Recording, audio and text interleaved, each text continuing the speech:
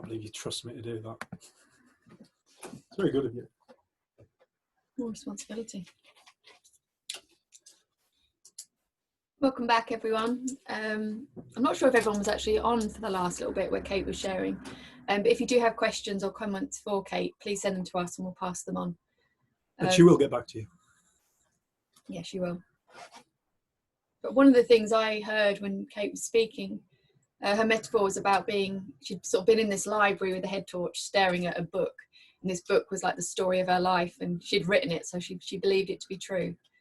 And then she spoke about kind of coming across the principles almost being the realization that there was a window and she could open the blinds and let the light in and see that there's all these other books. But actually what she was looking for wasn't in any of the books, it was in the light. And when she spoke about it being almost like the window to her soul, I think before coming across the principles, I would have thought that the library and the light falling upon the library was somehow the soul. Well, how I heard it today with Kate was that, no, it's the light. That's our soul or our true self. It's the light. And everything else is a creation or a cloud. And yeah, so I just heard that really differently.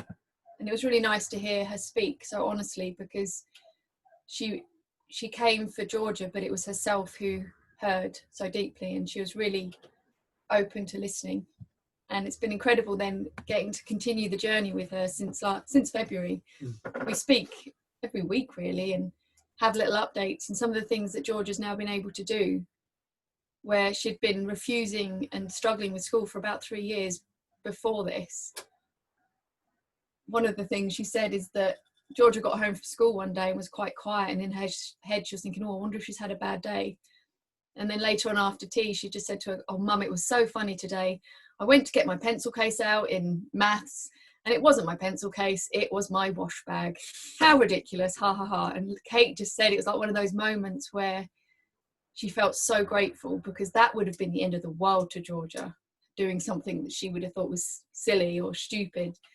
And she found it funny, and she said she started to see this child just light up and start going beyond her limited beliefs of what's possible for her and engage in life and really live. And you know, the story of Georgia getting out of the car, shaking with anxiety and stress, but still doing it. I think so often we think, oh, I'll do those things when I don't have this feeling. Like Georgia, when I stop feeling anxious, then I'll go to school. Whereas what's happened is, in spite of her anxiety, she's gone to school. And in that, her anxiety started to fall away. And she started to recognize and realize herself. And we can apply that to any feeling, be it anxiety, depression, fear, anger. Like, we don't have to put as much attention on it. And it's in turning away from that we get to have an experience of new thought, light, perspective, insight, and that it was always available. So I think that's what I heard from Kate's talk. But this time really is about you guys. You've been on all day and you've listened, and we wanted to know, do you have questions or things that have occurred to you, or things that are confusing you, like anything? This is a time just for you to share or ask. Like I said, no, there are no stupid questions. There can't be. It's impossible.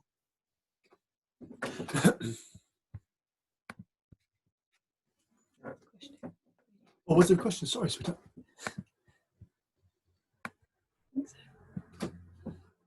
That's for Kate.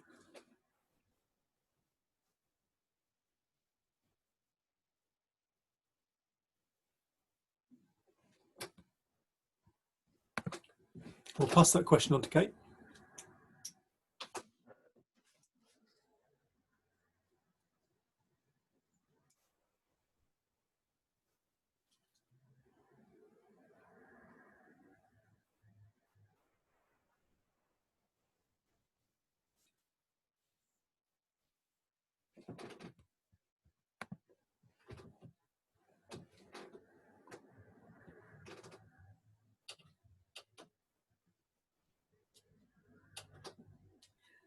Is there anybody who is entirely new to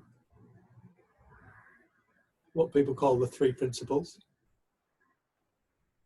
Hey. Awesome. Do you mind me asking, how did you, Claire and Paul, how did you come about this then, loves? Well, I came about it in the summer when I was on a coaching course, because I was on that journey of fixing myself after a breakdown in 2012. So if I were to turn my computer around, you'd see 100. Eh? Good year for it.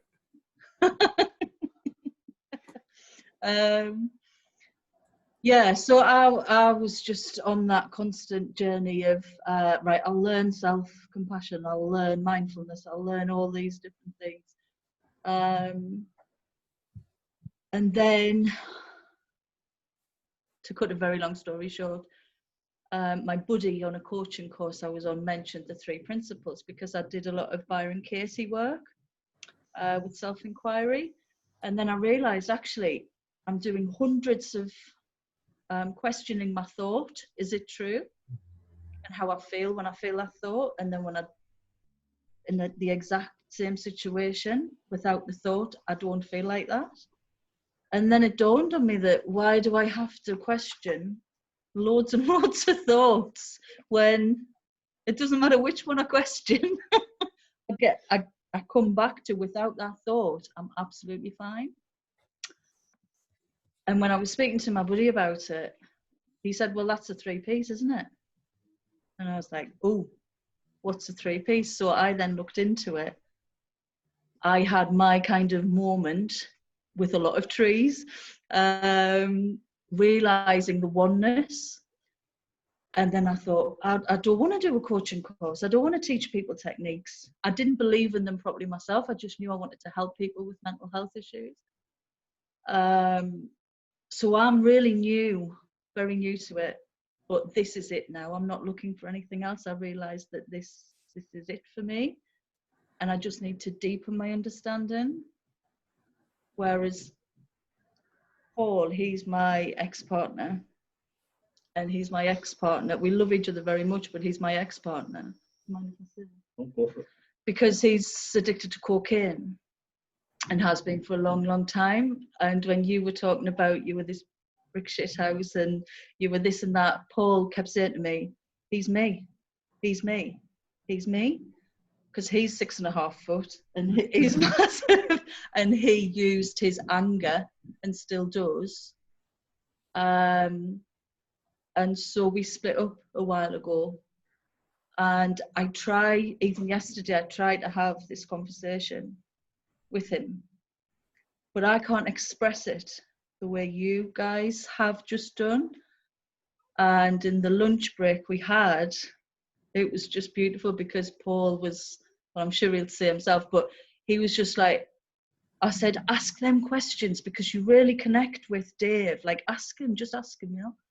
And he was like, Claire, having argued the toss with me with everything I said yesterday, he's like, Claire, I don't need to ask any questions. I get it, that nature thing. And he just went on this soliloquy of, and I'm like, fucking yeah, I think this is what I've been trying to tell you. Not tell you, but explain to you. And it's just been an absolutely amazing day. Yeah. He had to have a break because his head was just, it was too much for him. But yeah. Yeah, I've got no questions. You've answered the biggest question in my life.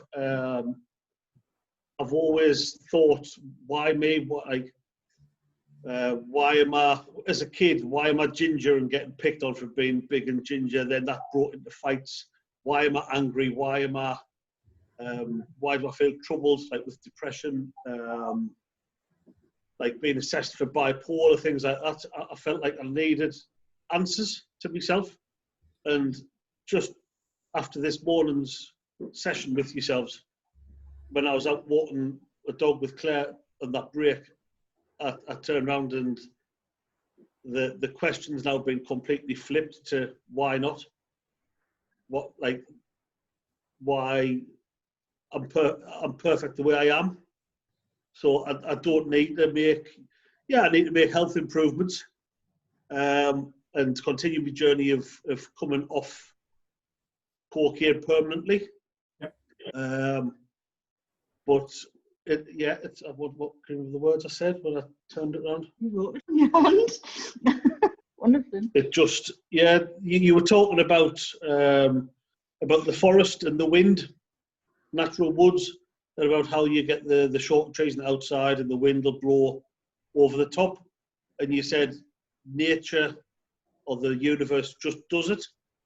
And literally 5 seconds before you said that, in my head, a penny dropped, and I just the phrase I came up with was "it just does." And then you said that 5 seconds later, and it made. I'm a man of science. I'm an electrician, and I need laws and proof of things in my life, structure. And I've always questioned about things like evolution and how it happens. And now I know the answer. The answer is it just does. Nature figures itself out and works to its best. And yeah, it just does is a perfect thing for me. I started a men's mental health support group in the beginning of the year after a couple of suicide attempts and thoughts, and I bumped into a couple of guys who I used to play rugby with, younger guys who I took under my wing when I was playing, and they thought I was a big tough guy and an enforcer on the pitch and someone to look up to. And I opened up to them and just said, yeah, bad depression, had a tough couple of years. And they said, this is what we need. We need someone like you to look up to and make it okay for us to then start a journey like this.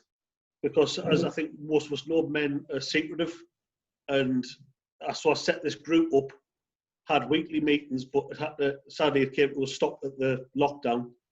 And I think this, from what I've learned even just this morning, is something I would love to, when I get my group up and running again, I would love to bring this into it, because it's so easy to get. It's so simple, normal.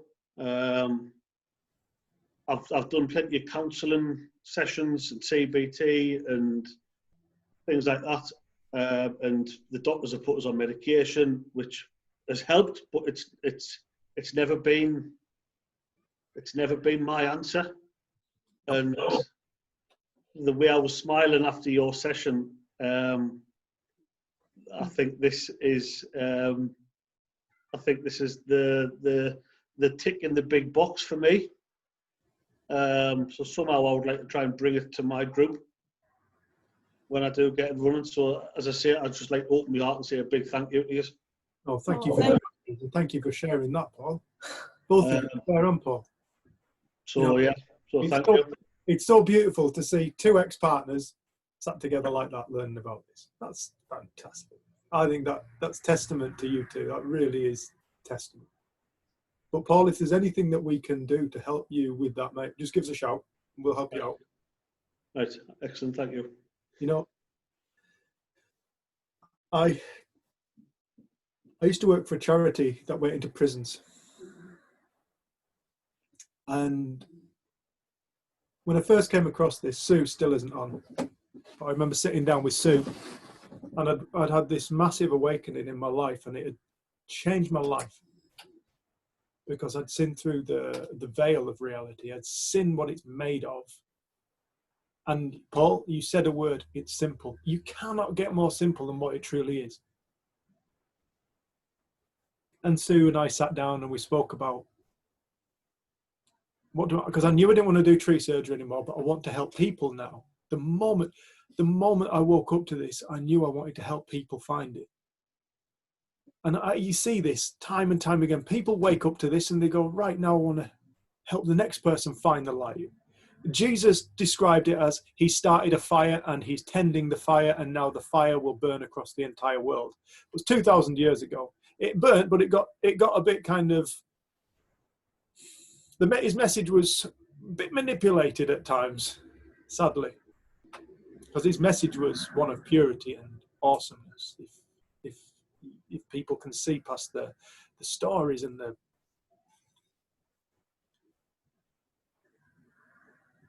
heaven and hell being places you go after death. Heaven and hell are places you go after death.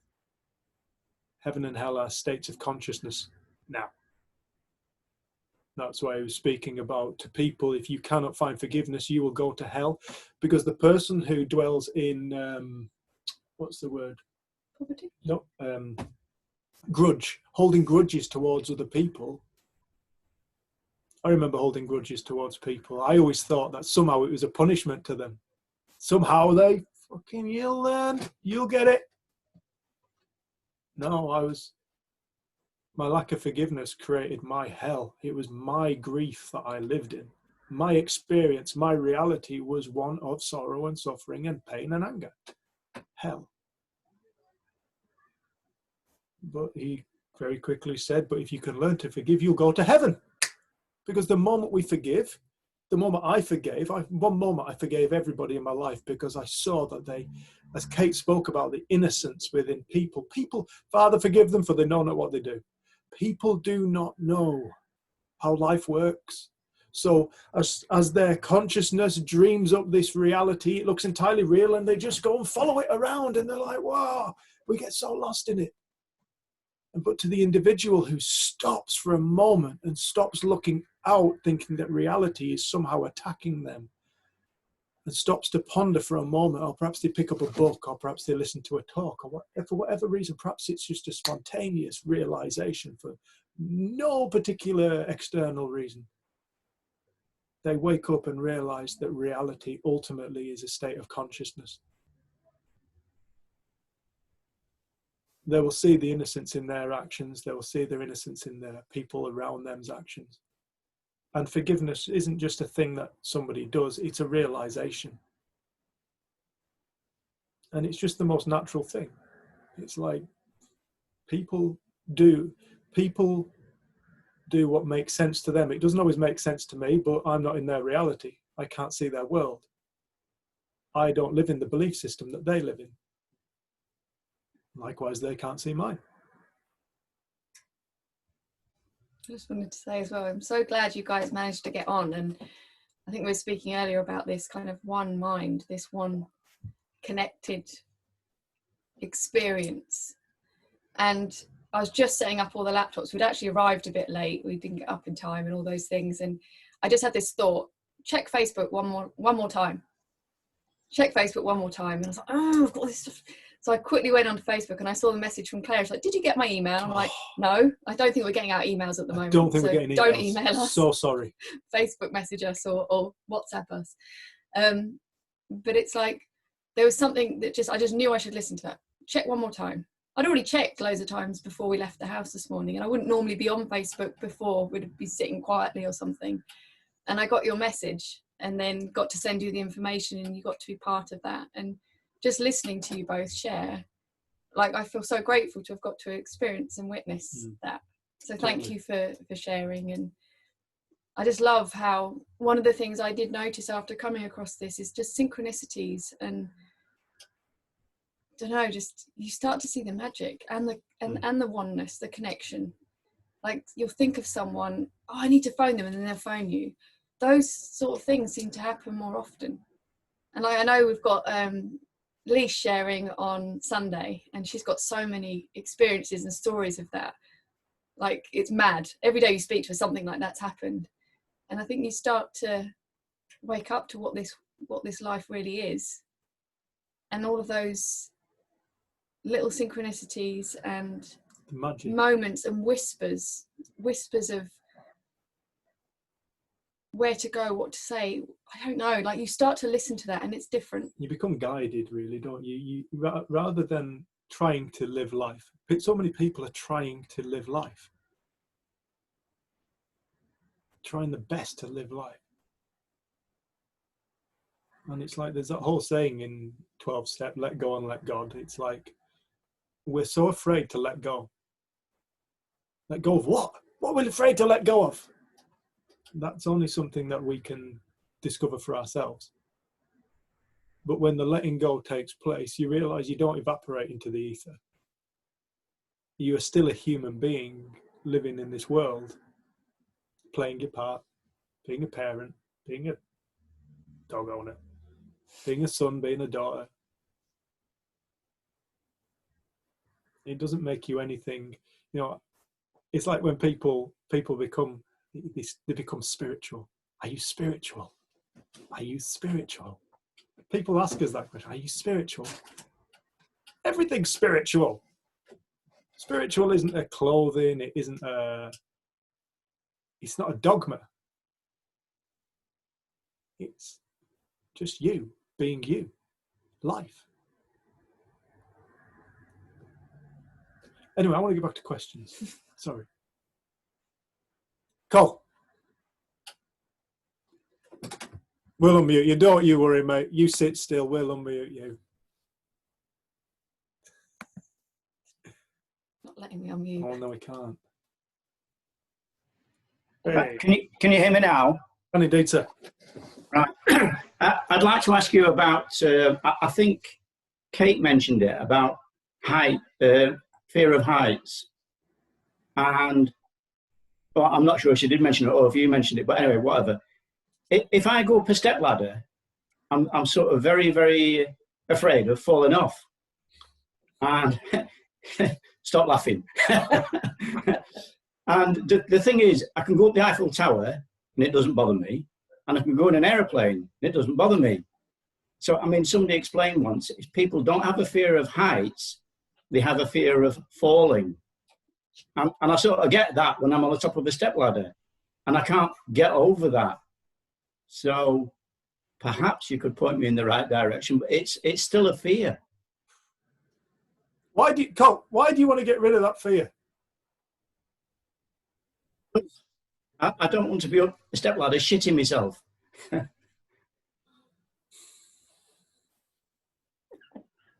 You're at the top of a step ladder, mate.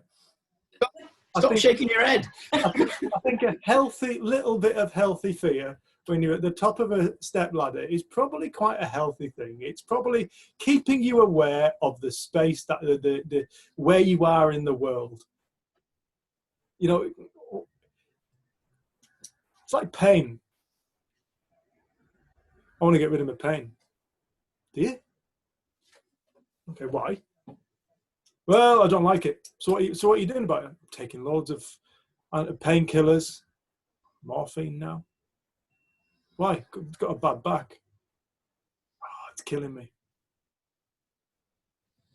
So what's the crack? Well, I've got to work, so I've just taken loads of painkillers. Pain's a terrible thing. No, the pain's alerting us to the fact that there is a part of our body that needs rest.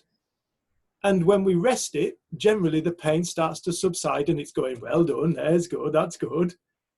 And then when we start to do awkward movements, it's going, oh! And the body's going, please don't do that. I'm trying to recover you. I'm trying to help you recover. Our little ego. Our little ego. No, not having that. I know better. My little mind knows better than the creative force of the universe. So what do? We start to override it. And we wonder why the healing doesn't take place quickly. And, this isn't about getting rid of feelings or thoughts. People come to us people go, oh, this is like CBT. It truly isn't. Oh, but they talk about thought and feeling. We're not talking about thoughts. If you look at a thought, it is a potential within an infinite amount of potentials. Is it possible to ever think the very last thought? Is it possible, like reading a book, to come to the very last word in thought? Is there an end? Or will humanity continuously dream up new ideas, new inventions forever and ever and ever and ever and ever and ever and ever, new realizations, new experiences, new poetry, new music, new art, new styles? When you truly look at thought, you realize it's infinite. This is the nature of mind. It is an infinite, infinite. It has no beginning and it has no end. There is no beginning of thought and there is no end of thought. Thought is an emergent within consciousness. It's the expression of consciousness. Thoughts are expressions of consciousness. That's what consciousness does. It dreams.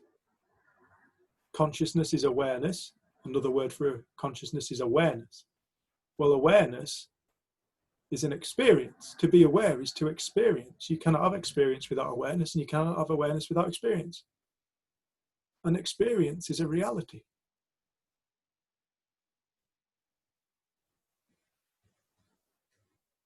There you have it. It's a reality itself is ours. And within every single human being on earth, consciousness is the infinite nature of the universe housed within their very being. This is what people call the true self,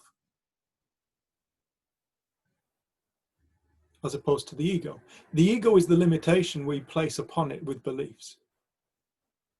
The ideologies and beliefs that we think that we are, who we think we are, even down to our name, sex, race, gender, anything we identify with. Any thought we identify with, that's the ego.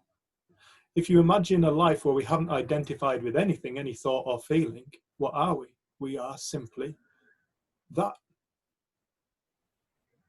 space of infinite potential. That's what everybody ultimately is. That's the true self. Everybody is the same force of infinite potential.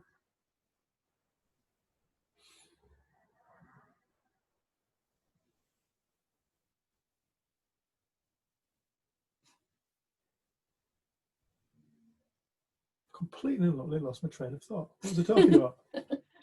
Ladders. Ladders, yeah. No, just one of the Oh, things I was going to say is the lady who actually shared that story with me is on, so if they did want to chip in, they're welcome to, but I know you might not want to. Well, can I just quickly finish what I was going to say? But people come to us because they have these thoughts and these feelings. People come, Dave, Jen, I've had the suicide thought. Have you? Okay. If you look at the suicide thought and you look at what yogurt do I want, you see that they both emerge from the same place. They are all expressions of mind. What yogurt do I want, we don't take very seriously. Although it's made of exactly the same stuff as the I want to kill myself thought. It's made of exactly the same stuff. In essence, it is no different to what kind of yogurt do I want? Do I want tea or coffee? Oh no, I'm not having milk anymore. I'm dairy free now. No, I'll have some milk. I'll have some milk. It's all the same stuff. So rather than approaching this from the point of view as how can this change this aspect within me, which Carl, I think was part of your question.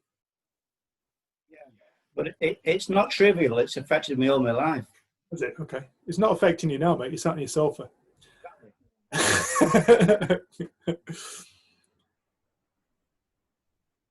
But we're not talking about individual thoughts.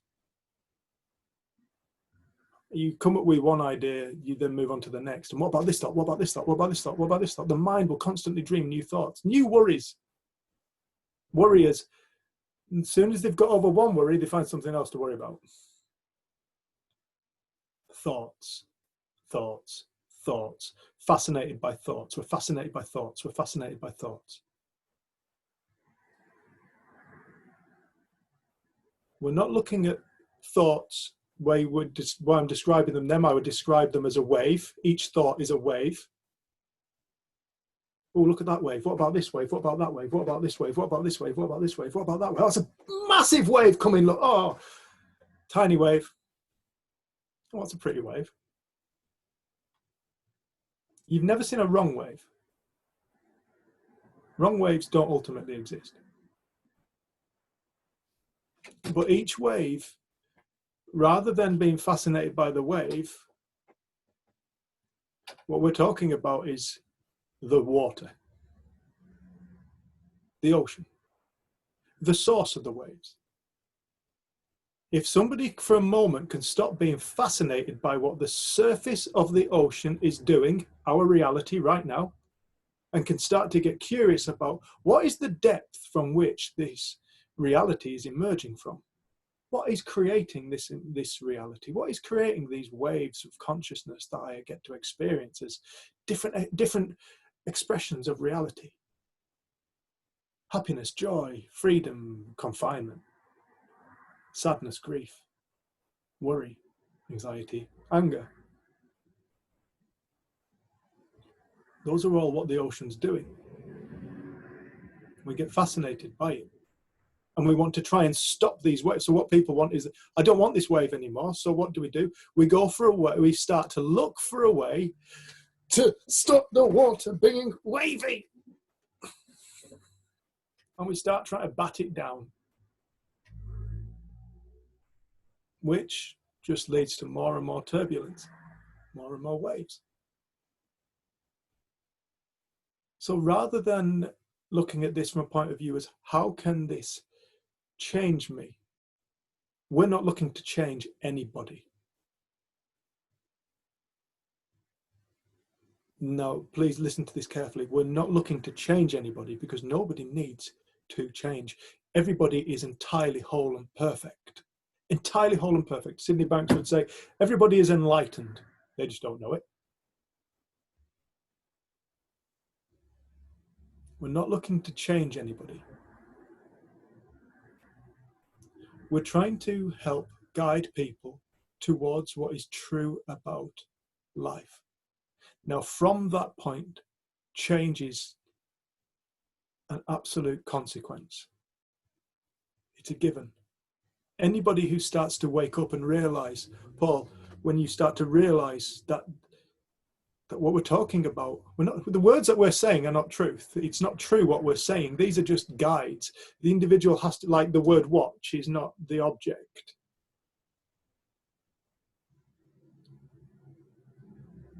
If somebody can, at some point, and I don't expect it to be on this call, I love the way you said to took the dog for a walk. It's usually when we're doing something like that, Paul.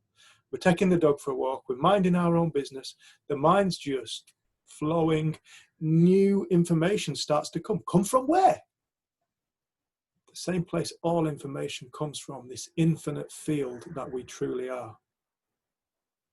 Infinite knowledge.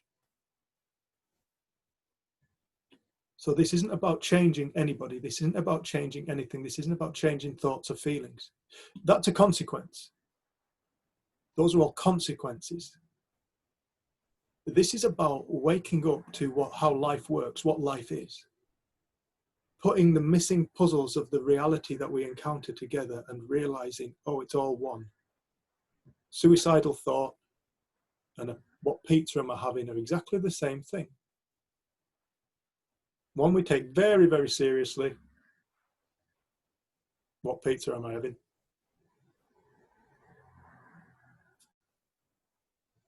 But when we start to see that it's all one thing, now we're onto the trick of life. And once we become aware of this trick, you cannot unknow it. Because once you realize it's real, you'll realize that is the only true reality that there truly is. It's not this reality I'm encountering now. This is a reality. It's true. It's true to me. But only me. My reality. But the force that enlivens everybody and everything, that animates life, animates our being, animates this reality now. It's the same for everybody.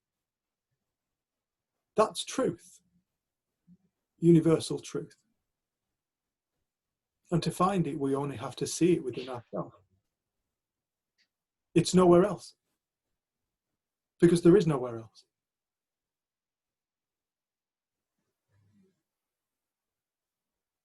So sorry, Carl, that might not be the answer you're wanting.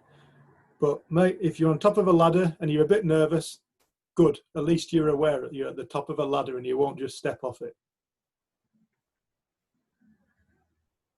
Sorry about that, everybody.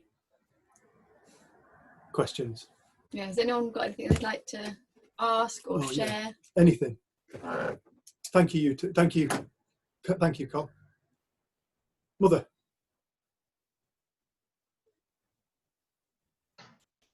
Well done, Mum. I just like to say to Colin, I'm when I go up mountains, I get really, really anxious, and I have to go up a lot of others as well for the job that I do. But I only have to take one step at a time, and as long as I'm secure in that step, then I can take another one. And once I'm secure in that step, I can take another one, and that's all I have to do is take one step at a time. I don't have to think about the height. I don't have to think about anything else. As long as my foot's down and it's safe, then I'm fine. So now I can go up most steep things and ladders and things like that. It's been really, really good for me. Thanks, Mum. Thank you.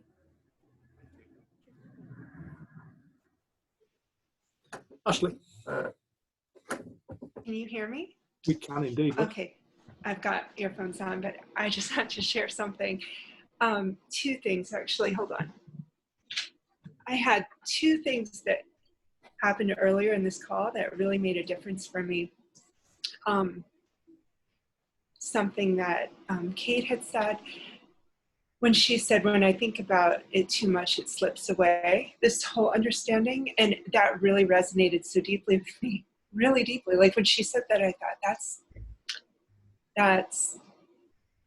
that's how it is. You can't think about it too deeply. And then you said, this I loved, you said how the existence of language illustrates the subjective nature of our reality, or something like that. And I thought, again, that's right. And those two things were wonderful. And then we had our break. And during the break, there was this nightmare situation with the trash pickup. It's a long story, but they weren't picking up our trash, and it was this big deal. And I had this phone call, and it was hugely stressful. And I was like almost in tears. And I told my husband, I'm like, I'm going to ask them how I should deal with this. I was really thinking you guys would have some answer. And I thought it felt like a crisis, true crisis, seriously. I mean, I'm making light of it, but it was really upsetting. And after we came back from the break, and I was listening to some of the other people, and I listened to what you said, Dave, and suddenly this realization came to me that this is so crazy, but it's true, that it's like beautiful. It's beautiful that there's a trash problem, and that this is happening. And it's not that it's going to work out or not work out. I have no idea. I think it'll be fine, but even if it's not, like, there was just this weird beauty to the fact of it happening at all. It was like really warm in my heart, and all my stress fell away, like all my anxiety fell away. It was just this beauty. I don't know if that's what you guys are talking about, but it came after listening to you speak, and I felt like maybe that was part of this understanding.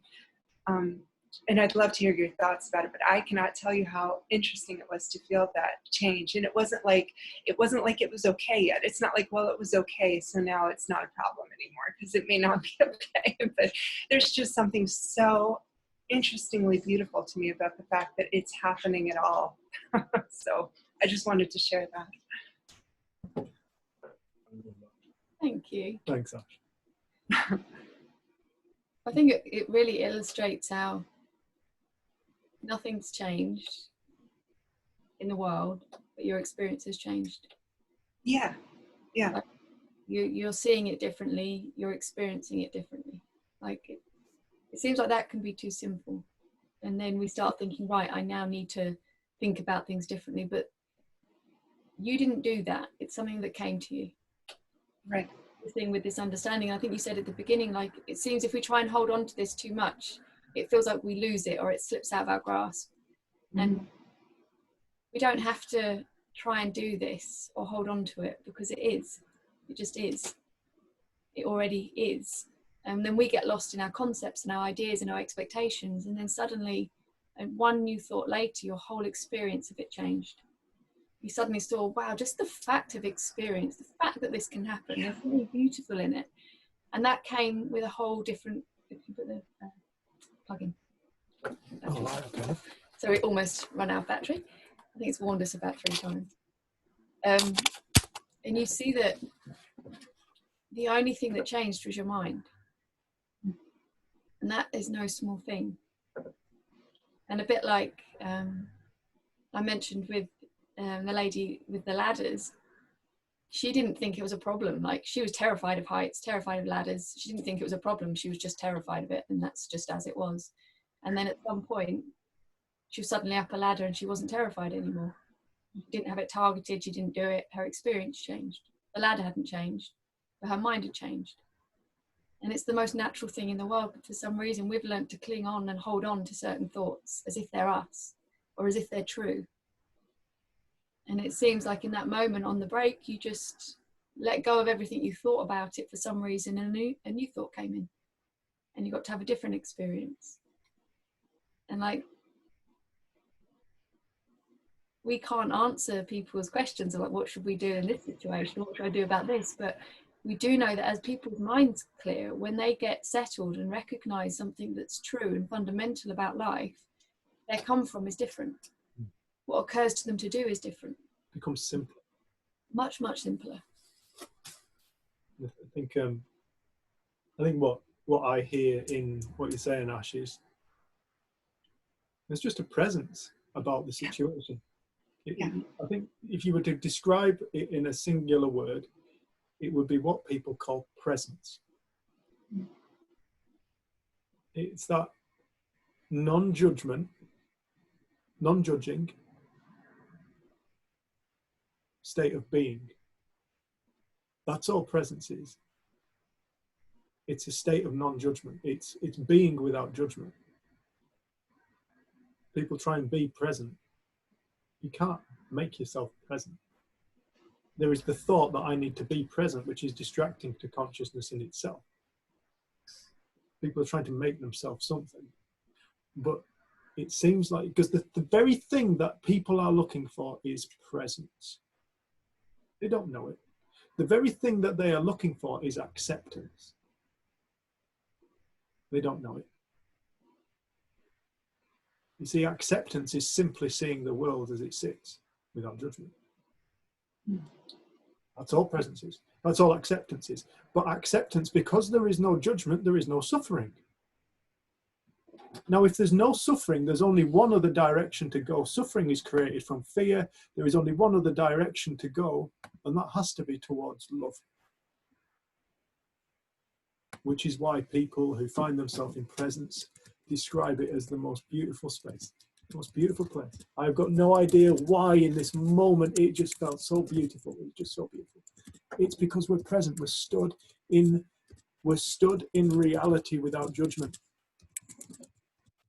That's all it is. And in it creates acceptance.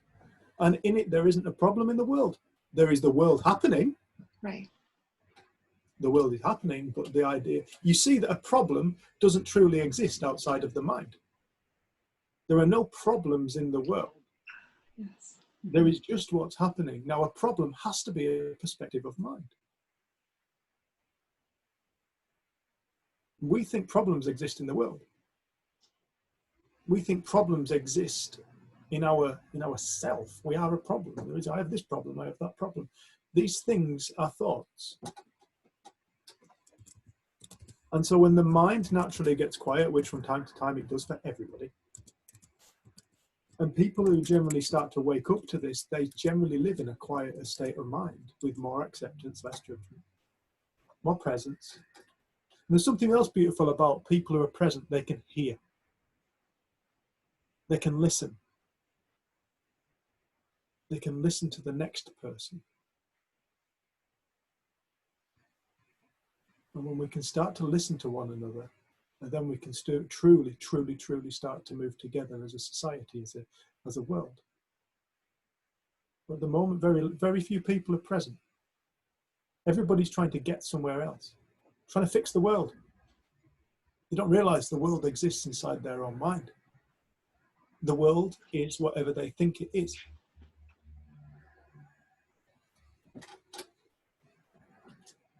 So when people start to become present, all that is just a quiet mind. They can hear one another, they can listen to one another. The left can hear the right, and the right can hear the left. Back to that Buddhist thing, walking the middle line, walking the central road. You walk down the middle. You can walk down the middle without judgment. You can listen to what they have to say. You can listen to what they have to say. Then you're free to make up your own mind.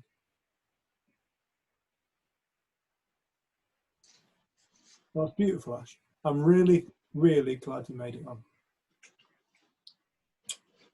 It's so great to see you. So great to see you. Wayne, would you like to share like a bit of what you experienced?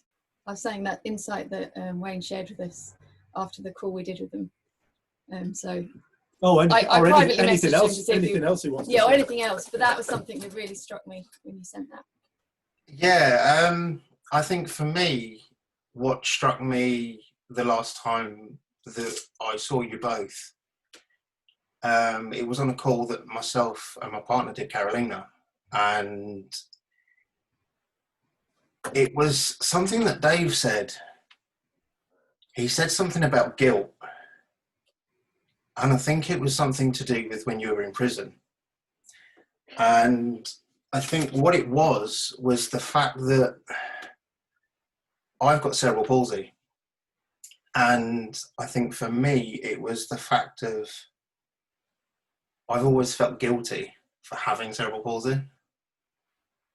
And I think for me, it's really hard to remember it now because it's one of those things that I felt it at the time.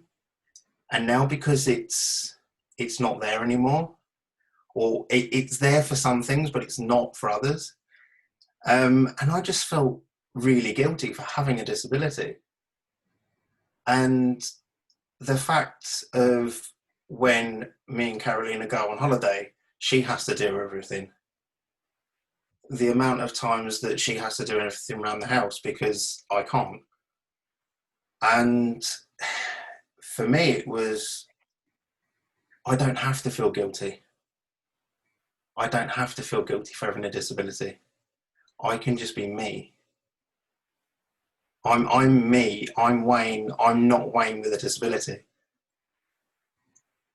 One of my first insights was when I was having coaching with Janet Riney. She said to me, she was like, if you're not Wayne, who would you be? And for me, it was such a mind fuck at the time. And I remember I was having probably about 5 or 6 sessions with her. And so I went into, I finished that session with her. And after that session, I was in such a bad mood. I was just like, I'm not having this. This is just completely rubbish. I just couldn't, there was just something that just kind of fell away and I could not grab onto anything. Everything I believed about myself was not true. And I remember the next session with her, she said to me, so how's it been since the last session? And I just completely went off on one. I just said to her, I said, look, you've completely and utterly kind of just shot my life away. I don't know who I am anymore. And she was like, good. Now you can go and be whoever you want to be. You can be Wayne who is this, is that, is the other. You can wake up day to day, minute to minute, second by second, it'll be somebody completely different. And for me, it was such a freedom and such a weight that's lifted off me to feel like I'm not broken, to feel like because I've got a disability, I'm not broken. Because I think before I came across this understanding, I used to think, I'm Wayne, I've got disability, I'm not lovable. And I think one thing about Carolina that you guys know about, and so do I, is that she's so loving. in that respect. And she always says that when we first met, I was living with my auntie. I'd literally just broke up from a marriage. And I walked through the door and she said to me, she said, I didn't see the disability. I didn't see any of your past. I didn't see anything. I saw you. And for me, it was so weird to hear that, because I'd always been told growing up that, oh, you wouldn't be able to do this, you wouldn't be able to do that. And just to have people in your life that can kind of just go, you know what, you can do anything you want to do. And it's like earlier on, you guys sent me the details again and said, look, jump on when you feel like it. And I remember saying to you guys, I love the retreats, because for me, there's such a freedom in how you share it. And it was just like,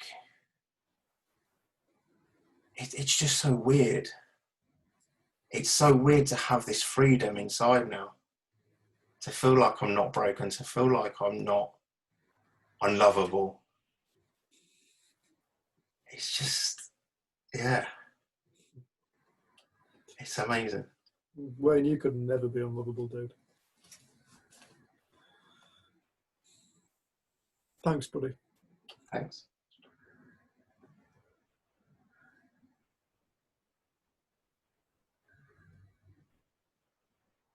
I think that's a really nice place to draw an end.